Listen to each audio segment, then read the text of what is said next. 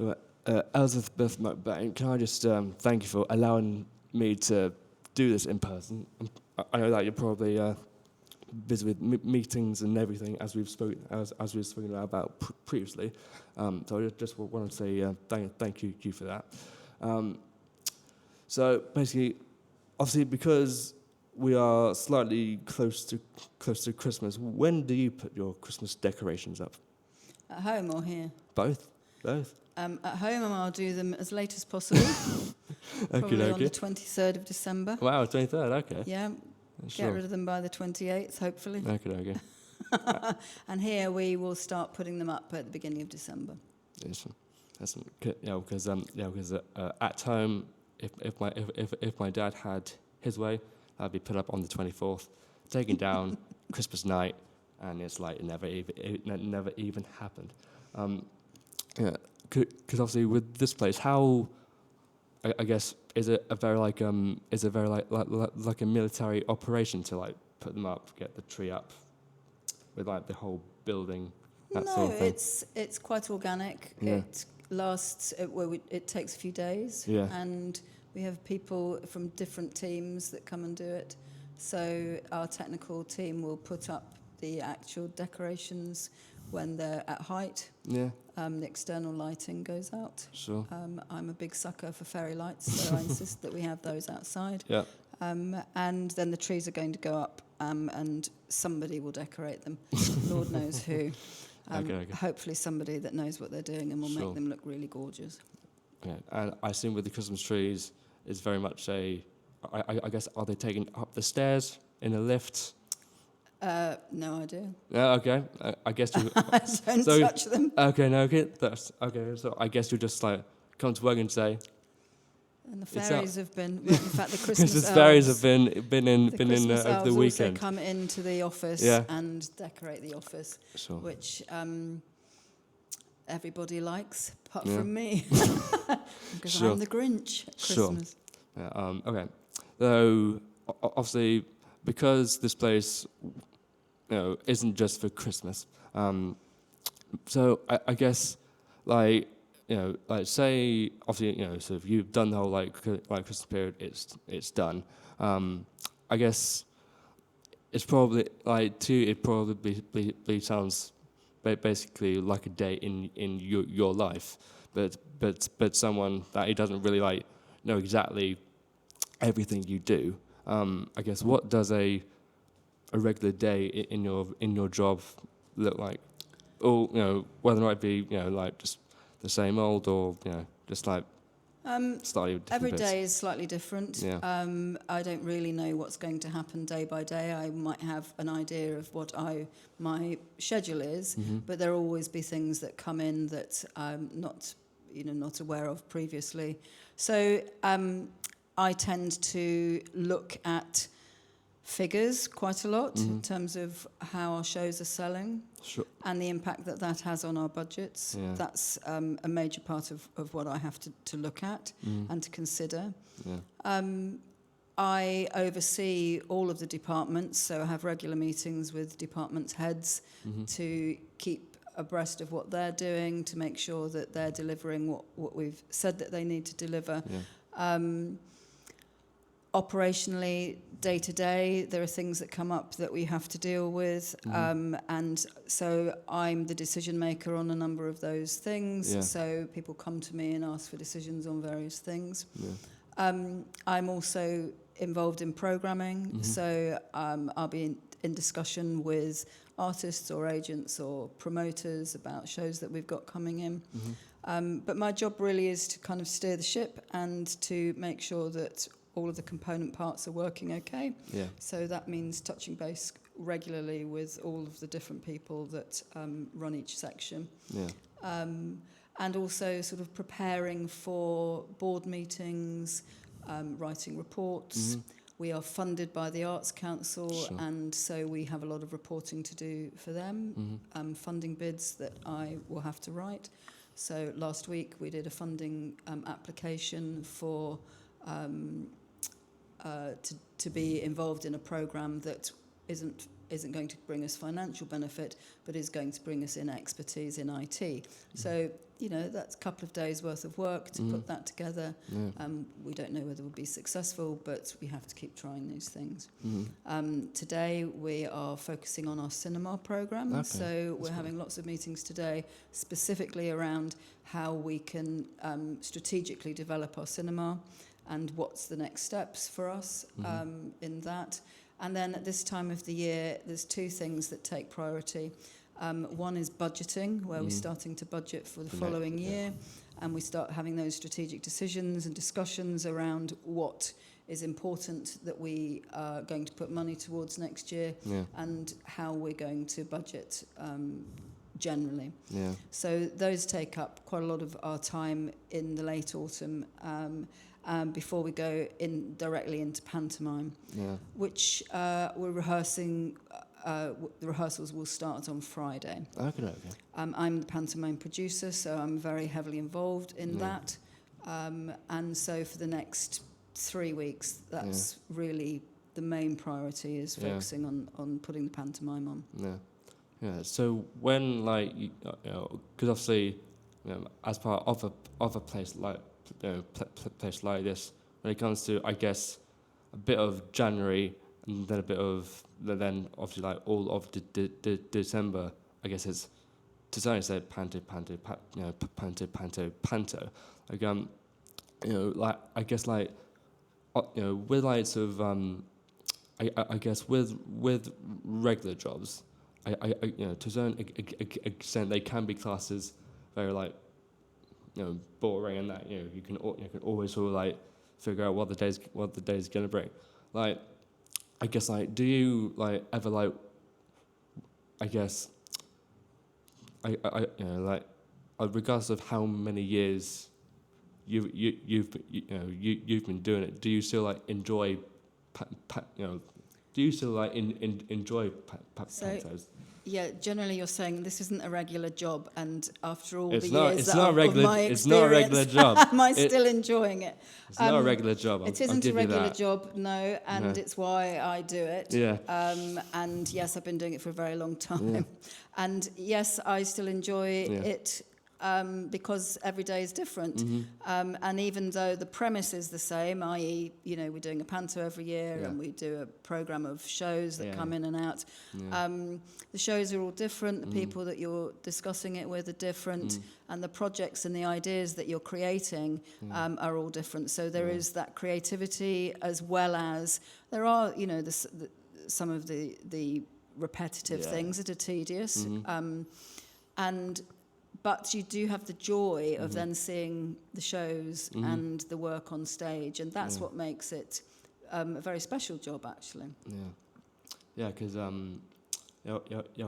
So as we were discussing before we press record, I guess obviously people that come here quite a lot would probably know this, but people that only come here sort of once a year. Wouldn't know that, or probably wouldn't know that the Lighthouse is also the host to the Bournemouth Symphony Orchestra, which they're based here, and you have concerts and everything else. And considering how many shows that I've seen here, I've only recently actually watched an orchestral thing with the Bee Gees show. Oh yeah. Did you like it? It was really good.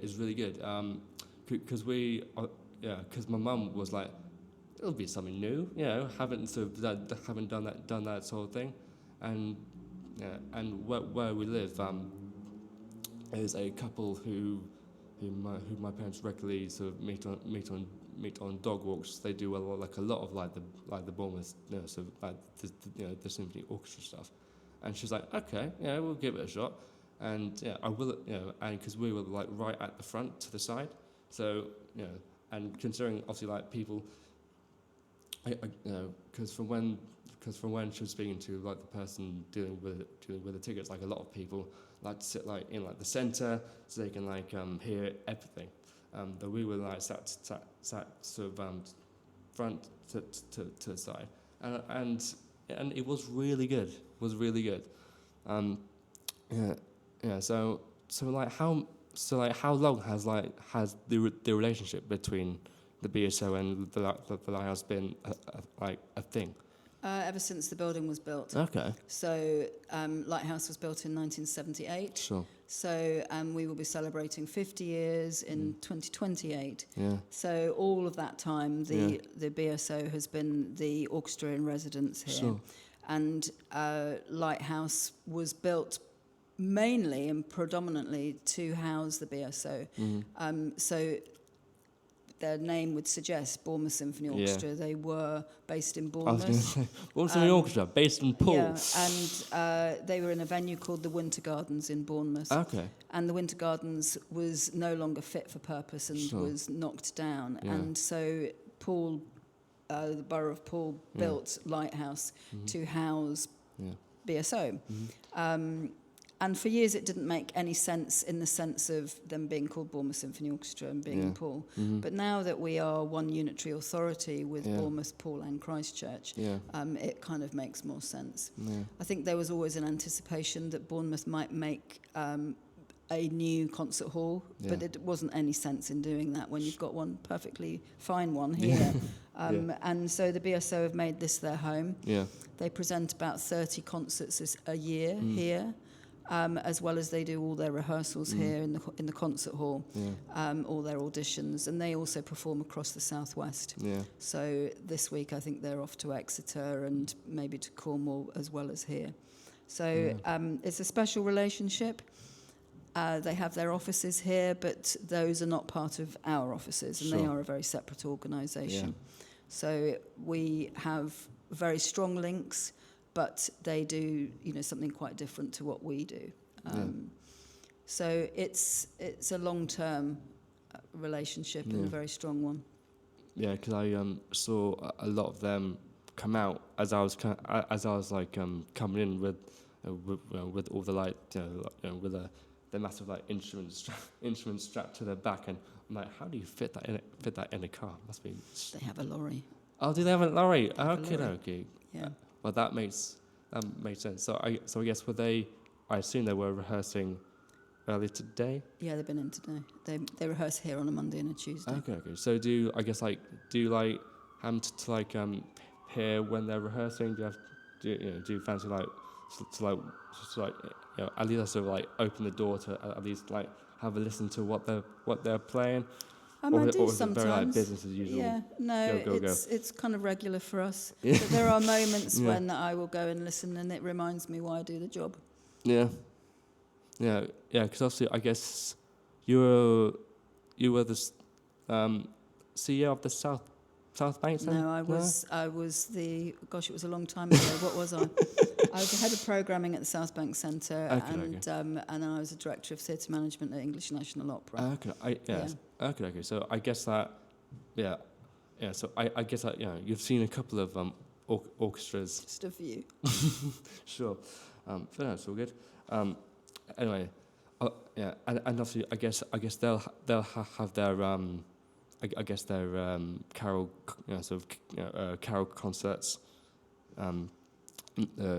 next month as well, and because are there I guess shows in the theatre as well as shows in the concert at the same time, or we have 4 auditorium that are all going at the same time. Yeah. So the theatre, which is where the pantomime is, and then the concert hall, which is where the concerts are. Yeah. And we have a studio theatre that does music and drama. Yeah. And we have a cinema. Yeah. So all of those 4 venues are all operational all day, every day, apart from when we're not. Yeah, sure. So this Christmas we will have the pantomime running in the theatre for 3.5 weeks. That's Sleeping Beauty. Yeah. And in the studio theatre we have production for very small children called The Glass Slippers, and that runs throughout the month. Mm-hmm. On top of that we have other shows happening in the evenings, so that when we do the studio programme, it tends to be during the day, and then we put concerts in the evening. Yeah. And then the cinema runs Tuesday to Saturday, 3 or 4 screenings a day. Yeah. So it's a very, very busy operation in a relatively small town. Yeah. So it's a big cultural offer that we provide. Yeah. Cool. So I guess speaking of the so the Panto starts, so the rehearsals start for the Panto on Friday, and so then I guess how much rehearsal time do the guys have, like including like tech rehearsal and? How much do you reckon? Oh, what would you give it? Oh, I'd say from page to stage, we'll say 2 weeks, 2.5, and a push. It's about 9 days. Okay, so just under. It's short. That's mental. It's a very short time. That's mental. We push them very hard. Yeah. They have a week of rehearsal, and then they go on stage to do the technicals. Yeah.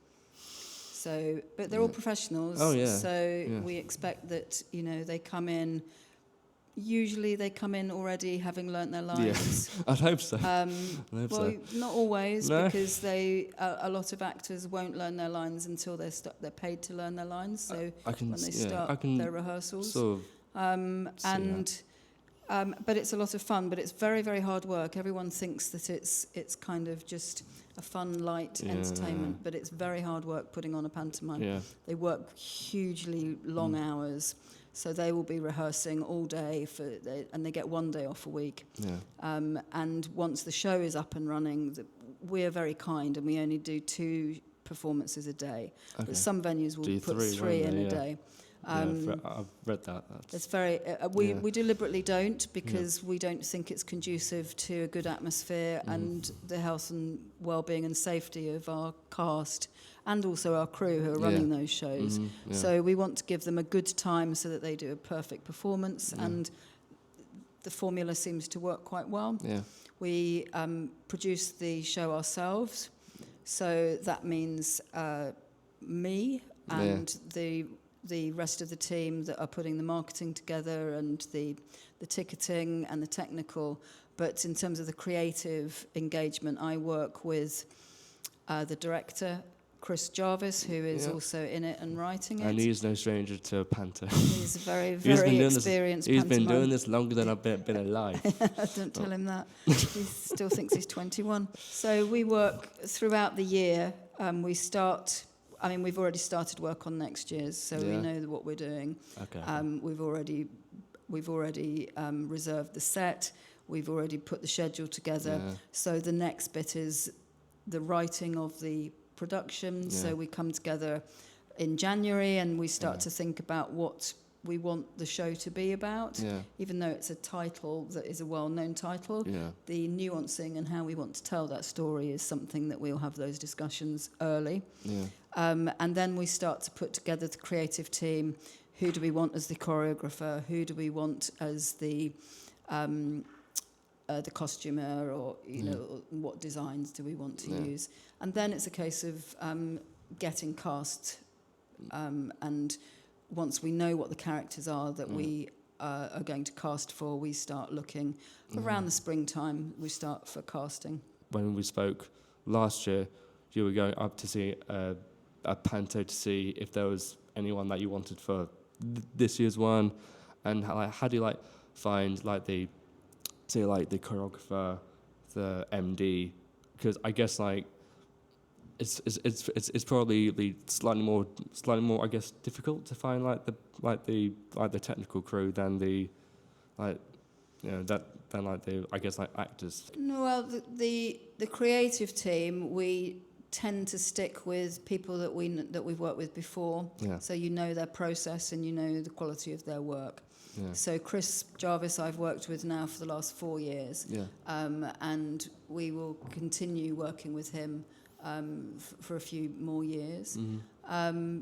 In terms of choreographer or any of those creative teams, we might want them to work with us, but of course people always choose who they want to work with. Yeah. So they might say, well, I've got a better paid job, or I've got somewhere that's nearer home, or I've got a venue that I want to work with. Yeah. So, but we tend to work with the same people for a few years, and then we might change it up depending on circumstances if they change. Yeah. So, and the technical team, you know, we have our in-house team, so we know who we're working with. Yeah. And then we bring in specialist freelancers that we know of. And that might be somebody on lighting or someone on sound that we'll bring in as a specialist. Yeah. In terms of the casting, we will hold auditions. We will also, as you say, we'll go and scout, and we'll go and look at shows, and we'll look and see who we want. So one of the cast this year was somebody that we saw in a play that we weren't even thinking about for Panto, and then saw her and said, wouldn't she be perfect? Made an approach, and she was interested. Yeah. Todd Carty, who's playing our king this year, he was here in another production earlier in the year. He was playing the inspector in The Mousetrap. Oh yeah, I've seen it. And I was just talking to him in the bar afterwards, and I went home and thought, oh, wouldn't he be good? Yeah. So because he was here during the week, I was able to say to him, are you interested? Yeah. So he went away and thought about it, and he had a really nice time with us here, and went, yeah, I'd like to come back. Yeah. So that's it. Kind of, it works in all sorts of different ways. And then we held auditions for other roles, and we selected from that auditioning process.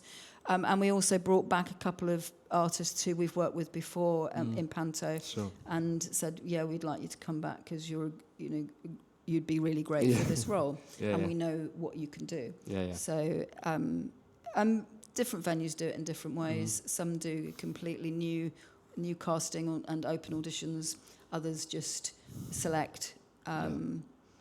So for us, it's a mixture, really. Hello, everyone. If you have made it this far into the episode, thank you so much. If you're watching on YouTube, it would mean the world if you could leave a comment, like, subscribe, and hit the notification bell.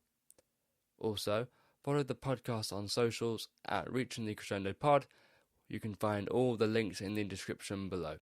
Now, back to the episode. So, do you have a lot of the guys from Leaf Studio? Yeah. Well, we audition for our dancers from our local schools. Yeah. So those are slightly, they're separate to the casting auditions for actors. Sure. But we hold open auditions for our dancing ensemble. Yeah. And they tend to be young dancers, aged between 16 to 20. Yeah. And this year, yes, I think we have people from Leaf, but also from other dance academies that are performing here. Moving away from Panto a little bit. So obviously, as well as using the concert hall for the BSO performance, you've also had quite a lot of bands perform in there, which I guess, has that been like a fairly regular thing? Like you've had like people like Noel Gallagher and that sort of stuff perform. Yeah, I mean, we're a major concert hall. Oh yeah. So we're part of that touring circuit for big named artists, as well as for our resident orchestra, as well as for our local community groups such as Wessex Youth Orchestra or Bournemouth Symphony Chorus. So we do everything in that concert hall space.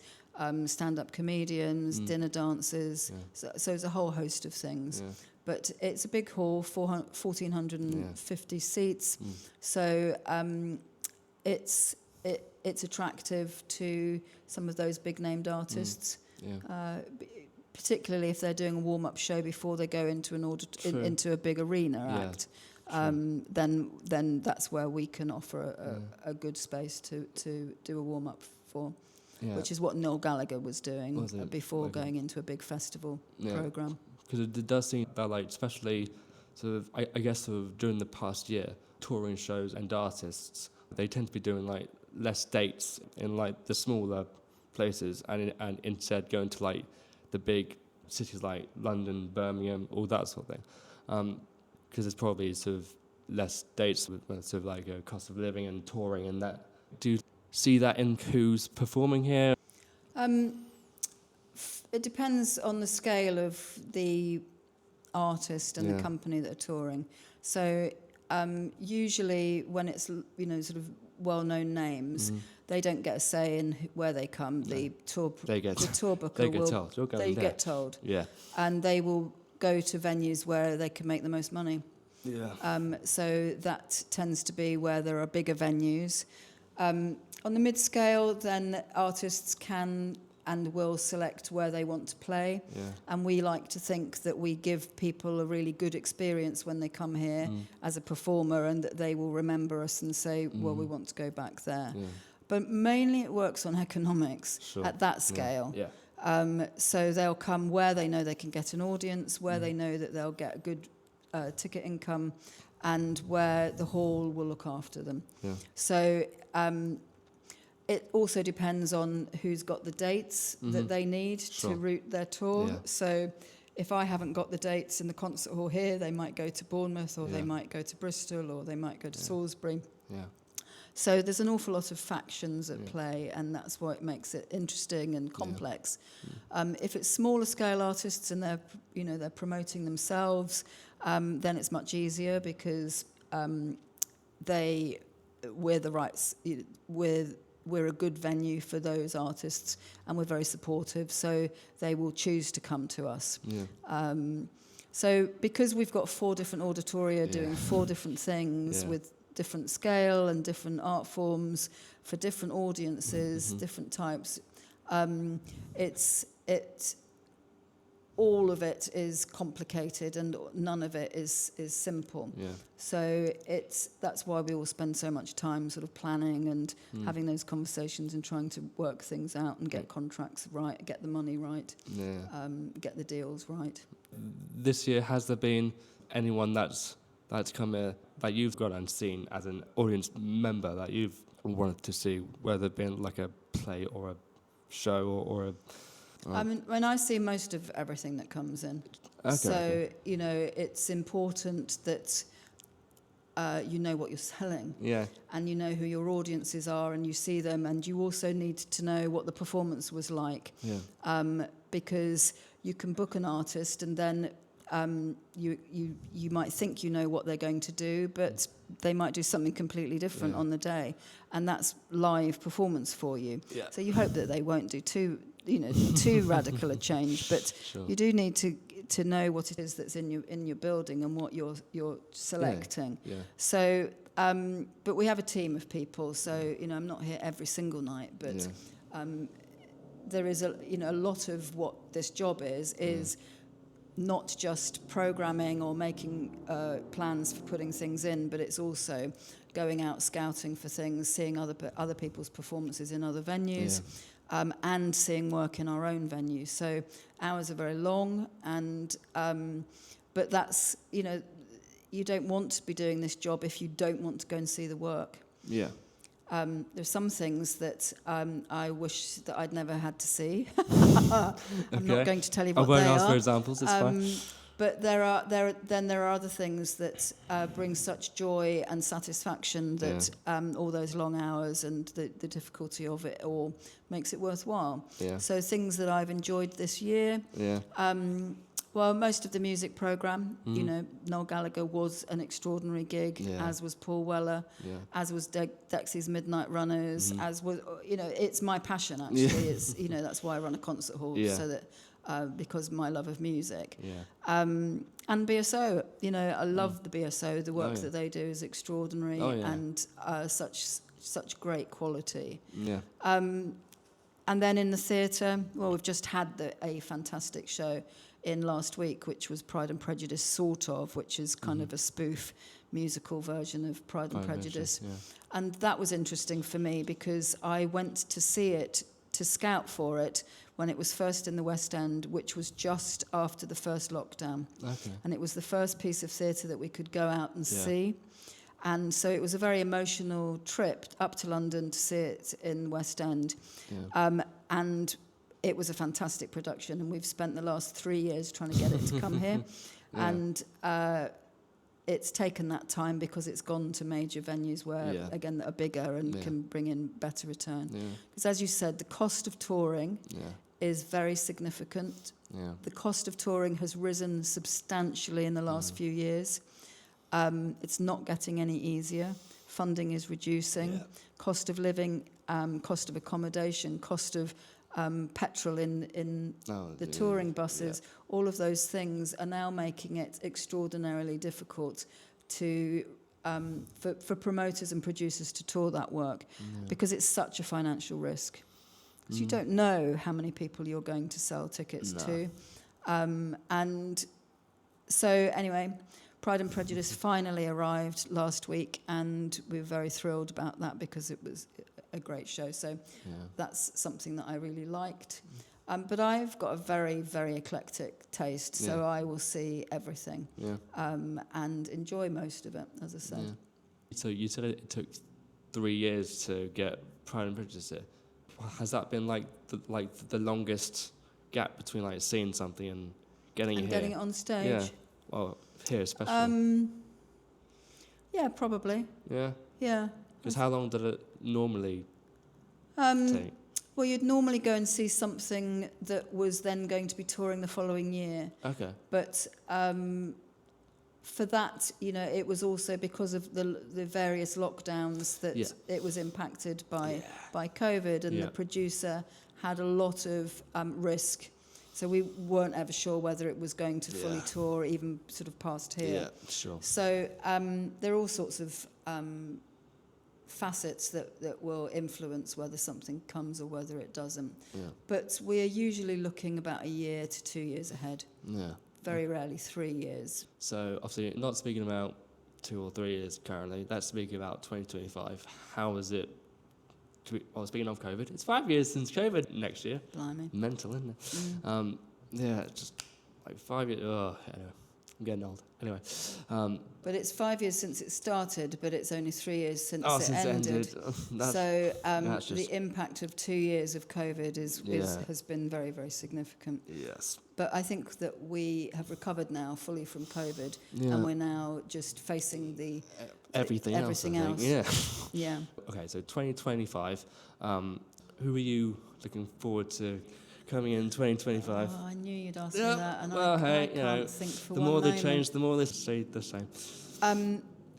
Right now, I haven't got a clue who we've got coming in 2025. Well, I know one person who've got Who have we got Chris coming in? McCausland. I know that much because I looked at tour tickets last night because he's added about 80,000 dates because obviously being on Strictly. So I think he's coming in June. So, he is. Yeah. He was going to be in our theatre, but because of the success of Strictly, we've moved him into the concert hall, so we've got more tickets to sell. Don't blame you. Don't blame you. I can't think for one moment who we've got coming in that I can even remember. At the moment, all I'm thinking about is pantomime and pantomime for next year. Yeah. Oh no, you're not. Don't press me on this. I can't think for one moment. But look, here is my new brochure. So maybe if I opened that. Point at that camera right there. There we go. Spring 2025. It's as if it was planned, right? There's a whole heap of stuff, and I ought to know what this is. But the ballet. So we have the Nutcracker coming in January. Yeah. Peter Andre. Now he's always good to look at. Oh yes. In the best of Frankie Valli and the Four Seasons.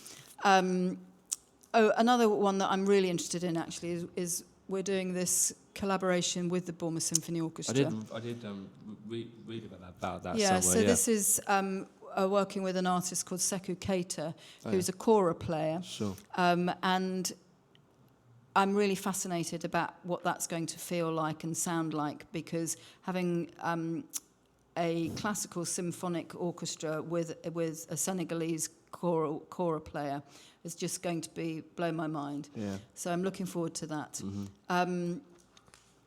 What else? Now this one is a new one. Coming to England is Floella Benjamin's new play, which she has put together. And the story is about her coming to England as a child. And this is for young people particularly. And that will be really interesting to see. Forgive me for not knowing my programme. We do have about 550 different shows every year. Yeah, it's all good. So I've just spotted in the brochure the Young Drummer of the Year. This is something that actually came out of COVID. Oh, yeah. So when we couldn't open for public audiences, we could open when it was people were allowed to go to work. So we argued with the government as a sector and said, well, if people can go to work in offices, then musicians and theatre makers can come to work in venues, even if you can't have an audience. So we handed over our spaces to different artists, and one of them was a percussionist called Pete Lockett, who had a week in the theatre. And at the end of his residency with us, he said, do you know a chap called Mike Dolbear?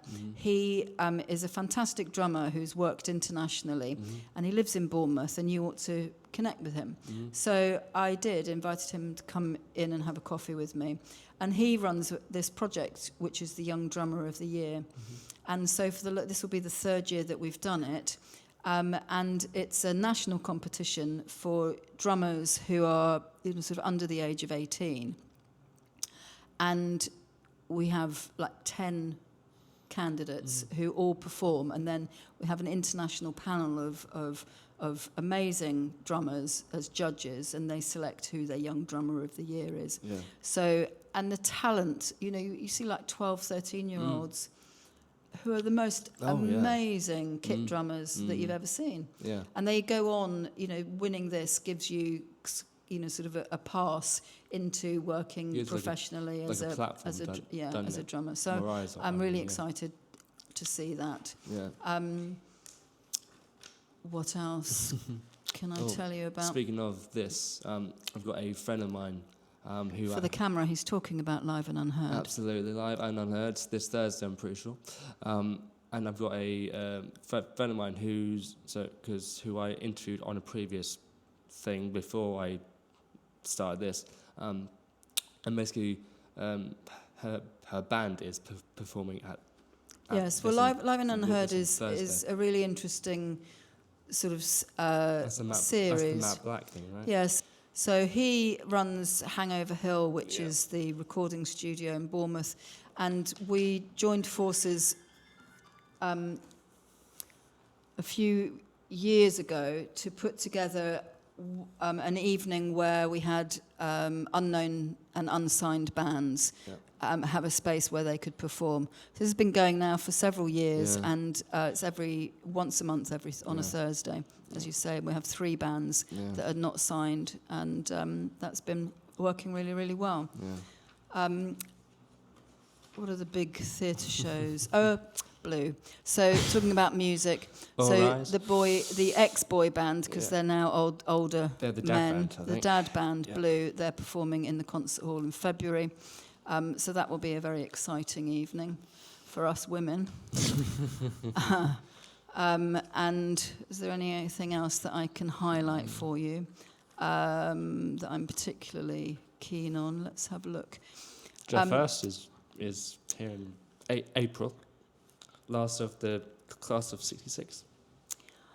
Exciting for you, Ben, not particularly for me. I will admit, football isn't my forte, but But talking about sport, absolutely. Pip Hare, who is the round-the-world solo sailor, who's based in Poole, will be coming to give her talk about the Vendée Globe race, which she's currently doing at the moment, which is a 12-week round-the-world solo with non-stop race on her huge Imoca yacht called Medallia. Yeah.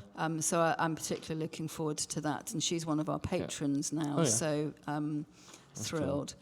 And then what else quickly? So just finally, yes, absolutely. The Shark is Broken is the big play that is coming into the theatre in the spring. And this is the story behind the making of the film Jaws. So it will be, as it says in the brochure, sensational fun.